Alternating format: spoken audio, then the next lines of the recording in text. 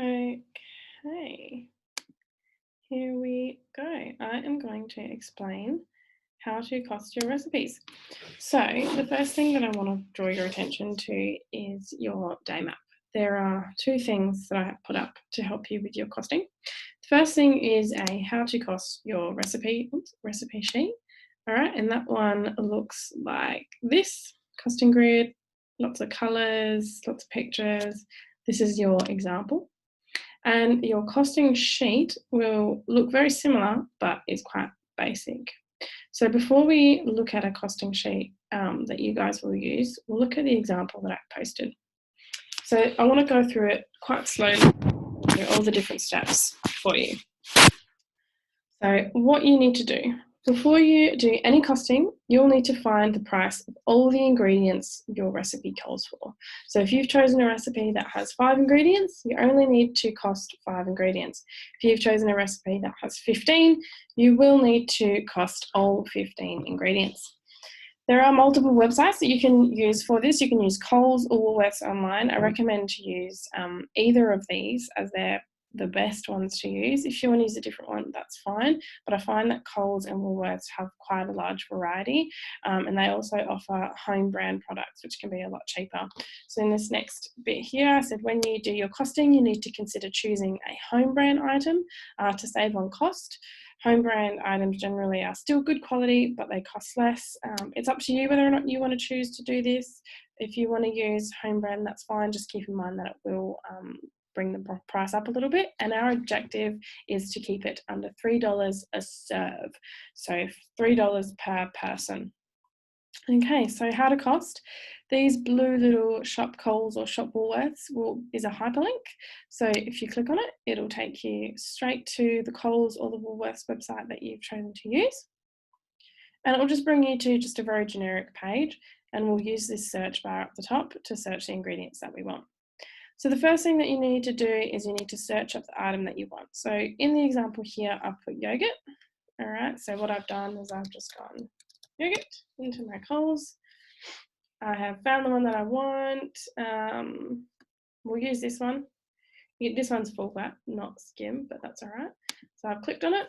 You don't have to click on it, but I've copied the picture, all right, and I have pasted it.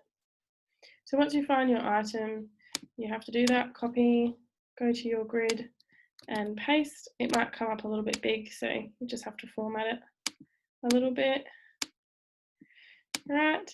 And then your ingredient is yogurt. The quantity will generally be down the bottom. So for this one, it has 100 grams, 55 cents per 100 grams. We are not looking for this information. We can use this information, but it can be a little bit confusing. So we're looking for the one that is on the packaging, the 1 kilo, or the 1 kilo that you can see here.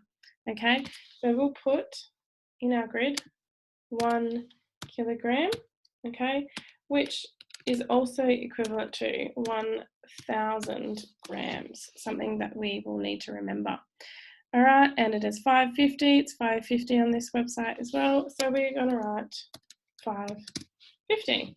Okay, now how much you need? This can be a little bit confusing because some of your recipes might say 1 cup or 1/4 of a cup or 250 grams. If your recipe calls for grams, like 250 grams, you can put it straight in. The reason you can do that is because the quantity is in grams. If your recipe calls for half a cup, you might then need to go back to Google, and you might need to Google how much does 1 cup of yogurt weigh in grams. Now the reason I put grams in, to be really specific, is sometimes it can come up in ounces. So 1 cup of yogurt can be equivalent to 245 grams. So we need half a cup. So what was it? 245 divided by 2, because we only need half a cup, is 122.5 grams. Okay, so that's all the information that we need to put in. So we found the quantity of the product, which is 1 kilo. We found the cost of the product, which is $5.50. And then in the grid, we have put in how much your recipe calls for. So how much does your recipe say you need? So we need half a cup, okay? You can even put in half a cup here if you want to. All right, the next thing that we need to do is we need to cost each food item using the formula below, okay? So the formula below is this one that I'm referring to, okay? So on your sheet, on your costing grid that you have to use, this one, the formula is here. So what we do is I'm just going to minimize this and I'm going to put the calculator up so that we can see everything. And we're going to start costing. So the first thing that we need to do is we need to put in the quantity. So the quantity that we have, we need to use in grams, right? And we need to go 1,000 grams, okay? And we divide by how much you need, how much your recipe calls for, all right? Which is divide by 122.5 equals, all right, it then equals 8. You can record this somewhere if you need to. I'm going to record it right here. 8.163. Now, I haven't written the whole number because that would be a bit ridiculous, but I've chosen the first 3, okay? So keeping in mind that if this 2 here was a 5, we would have to round the 3 up to 4, okay? If it is a 5, we round up. If it is a 4, we round down, okay? But it's a 2, so we're going to leave it at 3. All right, then the formula tells us to put in the cost, all right? So the cost is $5.50, so 5.5. And then we need to divide by A. So A is that number that we just got. So A divide 8.163 equals the new cost. So then we can get rid of this old cost, all right, because that's not the one that we want.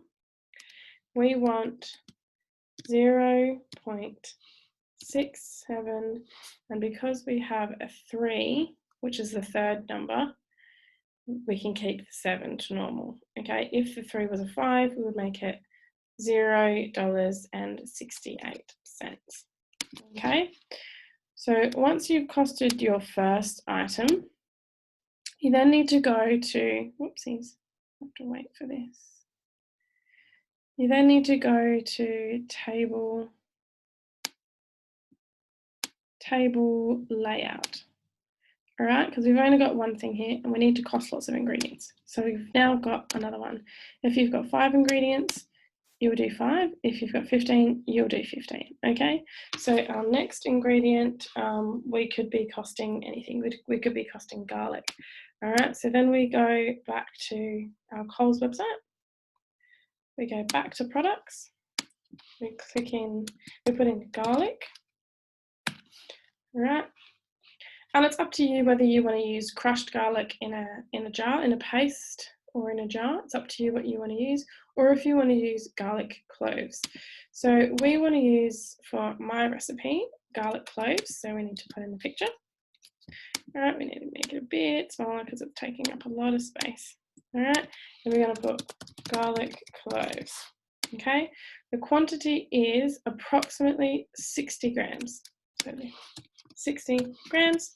The cost is $1.50. Okay, $1.50. Now we need to know how much we need. So my recipe calls for 3 garlic cloves. All right. So to be able to do this, we need to know how much a garlic clove is in grams, because our quantity is given to us in grams. So then we can go, how much does a garlic clove weigh in grams? All right, all cloves are not created equal. The average supermarket clove weighs about 4 to 7 grams. So we could just average that out and we could just say that 1 clove equals 5.5 grams. All right, we need 3 garlic cloves, which is 5. 3 garlic cloves, so 5.5, 1 clove times by 3 equals 16. 16.5 grams. Right, if we go back to our formula up the top, we can do this again and we can cost our garlic. Okay, so our quantity is 60 grams, just down here. And we need to divide that by how much you need. So we're going to divide by 16.5. And that equals our A, our capital A, 0.167. Now the reason I've made it 7 is because it's a 6 and we need to round up. All right. So now that we've got that, we're going to use our cost, which is $1.50, 1.5, divided by our new cost, our A, sorry, which is 0.167. Okay, which gives us our new cost. That doesn't seem to be right.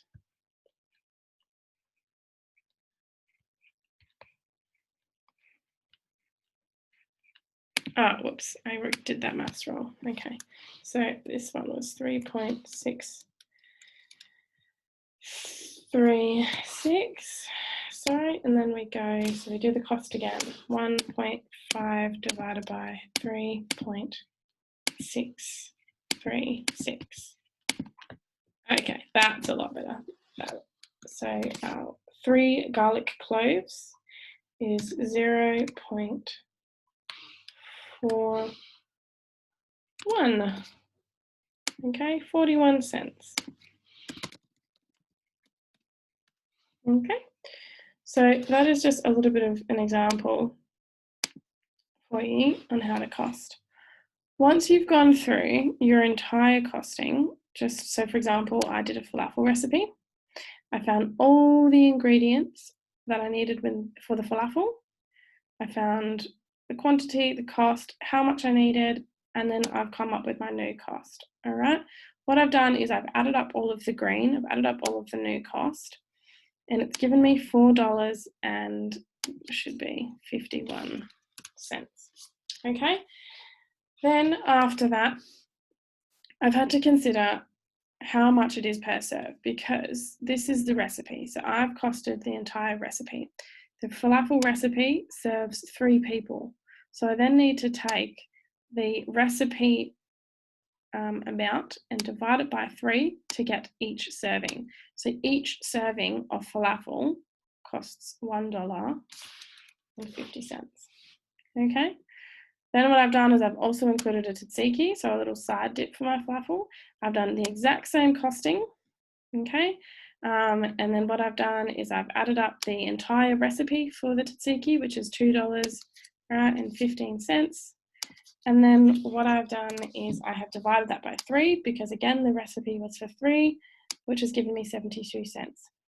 So the entire recipe of falafel with tzatziki for 3 people is $6.61, but the cost per serve is $2.22, which is under $3, which is exactly what we want. Okay, so I'm hoping this little instructional video helps you figure out how to cost. Do just take it step by step. If you do have a recipe that has a lot of different ingredients, don't panic or get overwhelmed. Just take it step by step, okay? And all of those resources are going to be here. So your costing sheet, the one that you'll use, your instructional costing sheet, and I'm going to put your little video in here as well. Okay, I hope that helps. If you need help, please do email me any questions. Okay, great.